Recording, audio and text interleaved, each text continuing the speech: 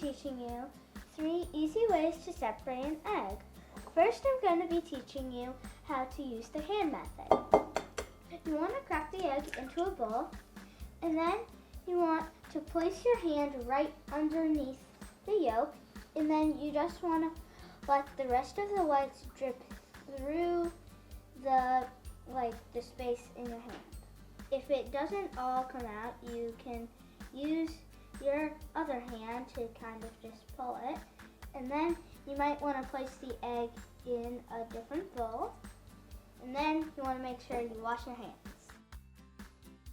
Now I'm going to show you how to crack an egg using the shell method.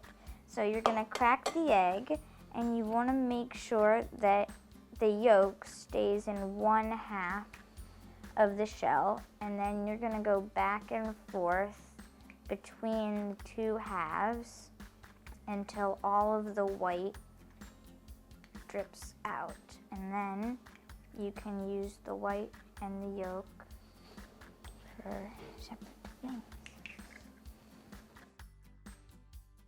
The third method is the spoon method.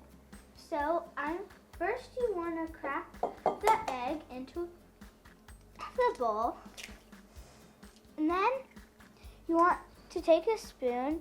If you have a bigger spoon than normal, I recommend that you use that. And then you want to bring the yolk to the side, and then you might want to hold it there so all the white can drip off, and then you have one yolk. Thanks for watching.